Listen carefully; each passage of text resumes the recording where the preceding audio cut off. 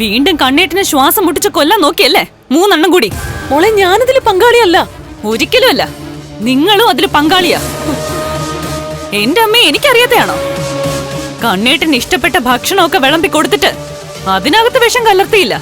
പകരം ഏസിക്കകത്ത് വിഷവാതകം കയറ്റി വിട്ടു. അയ്യോ, അത് ഉണ്ണിയാ മോളെ. മകൻ അങ്ങനെ ചെയ്തെങ്കിലേ അത് അമ്മയുടെ അറിവോടെ ആയിരിക്കും. 3 ആളും കൂടി അതിവിദഗ്ധമായിട്ട് കണ്ണേട്ടിനെ തീർക്കാനാ നോക്കിയത്. മോളെ, എന്നെ അതില് പ്രതിയാക്കല്ലേ മോളെ. ദേ, കണ്ണന് പോലും എന്റെ ഭാഗത്തെ ന്യായം മനസ്സിലായി. അതെ, കണ്ണേട്ടിനും ഏട്ടത്തിക്കും ഒക്കെ നിങ്ങളുടെ ഭാഗത്തെ ന്യായം പെട്ടെന്ന് മനസ്സിലാവും. അങ്ങനെയാണല്ലോ ഇത്രയും കാലവും അവരെ 2 ആളെയും നിങ്ങൾ എല്ലാരും കൂടെ ദ്രോഹിച്ചോണ്ടിരുന്നത്. എന്നിട്ട് എനിക്ക് പലഹാരമായിട്ട് വരുന്നു, എന്നെ കാണാൻ വരുന്നു. ശത്രുക്കളെല്ലാം കൊന്നൊടുക്കിയിട്ടെ എന്ത് നേടാന്ന നിങ്ങളുടെയൊക്കെ വിചാരം? ഇപ്പൊ 2 എണ്ണം ജയിലിൽ കിടക്കുന്നില്ലേ? അതിനപ്പുറം ഒന്നും ഉണ്ടാവാൻ പോകുന്നില്ല. കണ്ണേട്ടനോ ഏട്ടത്തിക്കോ അവരുടെ കുഞ്ഞിനോ എന്തെങ്കിലും ആപത്തുണ്ടായ ഇപ്പൊ ചോദിക്കാനും പറയാനുമേ ആൾക്കാരുണ്ട്, ഒരുപാട് ആൾക്കാര്. എവിടെ എന്റെ ഏട്ടനെന്ന് പറയുന്നവൻ? മുകളിലുണ്ട്. അവന്റെ കാല് തല്ലി ഒടിച്ചല്ലോ മാർക്കോ. ആ മാർക്കോയും ലോപ്പസും ഒക്കെ ഏട്ടനെ ഏട്ടത്തിയൊക്കെ ജീവനായിട്ട് കരുതുന്നവരാ. അതുകൊണ്ട് അവരെ ആരെ കൊല്ലാൻ നോക്കിയാലും ഇന്ന് മുകളിൽ കിടക്കുന്നവന്റെ കാല് തല്ലി ഒടിച്ചവര് നാളെ അവന്റെ കഴുത്ത് കണ്ടിക്കും. അല്ലാതെ ഏട്ടനെയും ഏട്ടത്തെയും അവരുടെ കുഞ്ഞിനെയും എന്തെങ്കിലും ചെയ്തിട്ട് സുഖമായിട്ട് ജീവിക്കാന്നേ ആരും കരുതണ്ട. നിങ്ങളും നിങ്ങളുടെ മോനും മരുമോളും ഒക്കെ വീട്ടിനകത്ത് രാത്രി സുഖമായിട്ട് കിടന്ന് ഉറങ്ങുമ്പോഴായിരിക്കും ഈ വീടിനെ മാർക്കോയും ലോപ്പസും കൂടെ തീയിടുന്നത്. അതുകൊണ്ട് ഞാൻ നന്നായി നന്നായി എന്ന് വിളിച്ചു കൂവിക്കൊണ്ട് നടന്നാ മാത്രം പോരാ. അതിനുവേണ്ടിയേ അഭിനയിച്ച് തകർത്താ പോരാ, നന്നാവണം. മോളെ, ഞാനും സാഗരേട്ടനും ഒക്കെ മാറിയതുപോലെ മാറണം. ഞാനിനി എന്താ നിന്നോട് പറയേണ്ടത്? ഒന്നും പറയണ്ട. 3 നേരം ഭക്ഷണം കഴിച്ച് ഇതിനകത്ത് സുഖിച്ച് കിടന്നുറങ്ങാൻ വേണ്ടിട്ടാ അമ്മ മാറിയെന്നൊക്കെ പറഞ്ഞ് അഭിനയിക്കുന്നെ. കണ്ണേട്ടൻ ചെലവിന് തരാതായ മുണ്ട് മുറുക്കി കൊടുത്ത് ജീവിക്കേണ്ടി വരുന്നേ നിങ്ങൾക്ക് നന്നായിട്ടറിയാം.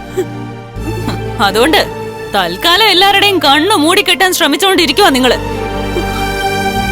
പക്ഷേ ദേ, കണ്ണേട്ടന്റെ അനിയനാണെന്നുള്ള ആനുകൂല്യം പോലും നൽകാതെയാ മാർക്കോ ഇപ്പൊ മുകളിൽ കിടക്കുന്ന ആ അനിയന്റെ കാല് തല്ലി ഒടിച്ചത്. അതൊരു താക്കീതാ, സൂചനയാ. ഇനിയും ഈ വീടിന്റെ അവകാശികളെ ജീവിക്കാൻ അനുവദിച്ചില്ലെങ്കിൽ അവനും നരകത്തിൽ കിടക്കുന്നത് പോലെ കിടക്കേണ്ടി വരും. അവന് മാത്രമല്ല, അവന്റെ ഭാര്യയ്ക്കും നിങ്ങൾക്കും ഒക്കെ.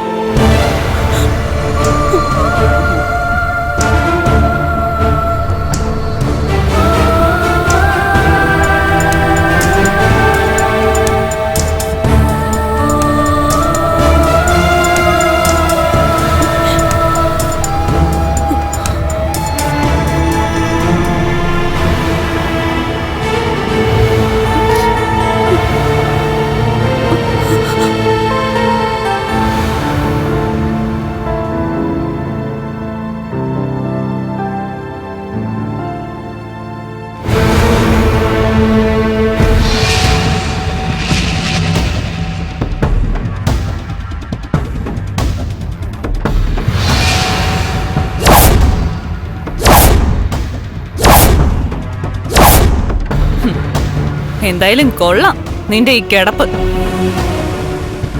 എന്നെക്കാളും 2 വയസ്സ് മൂത്തതാണെങ്കിലും നിന്നെ ഇനി ഏട്ടാന്നൊന്നും ഞാൻ വിളിക്കില്ല. നീ രാക്ഷസനാടാ, രാക്ഷസൻ.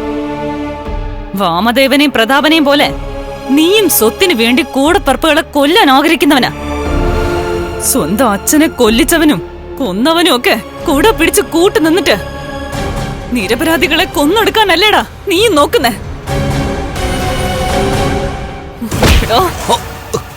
എന്റെ ഏട്ടൻ വിഷവാതകം ശ്വസിച്ച് ശ്വാസം കിട്ടാതെ കാറിൽ കിടന്ന് നിലവിളിച്ചപ്പോ നീ കാറ് മനഃപൂർവ്വം കേടാക്കി അല്ലടാ.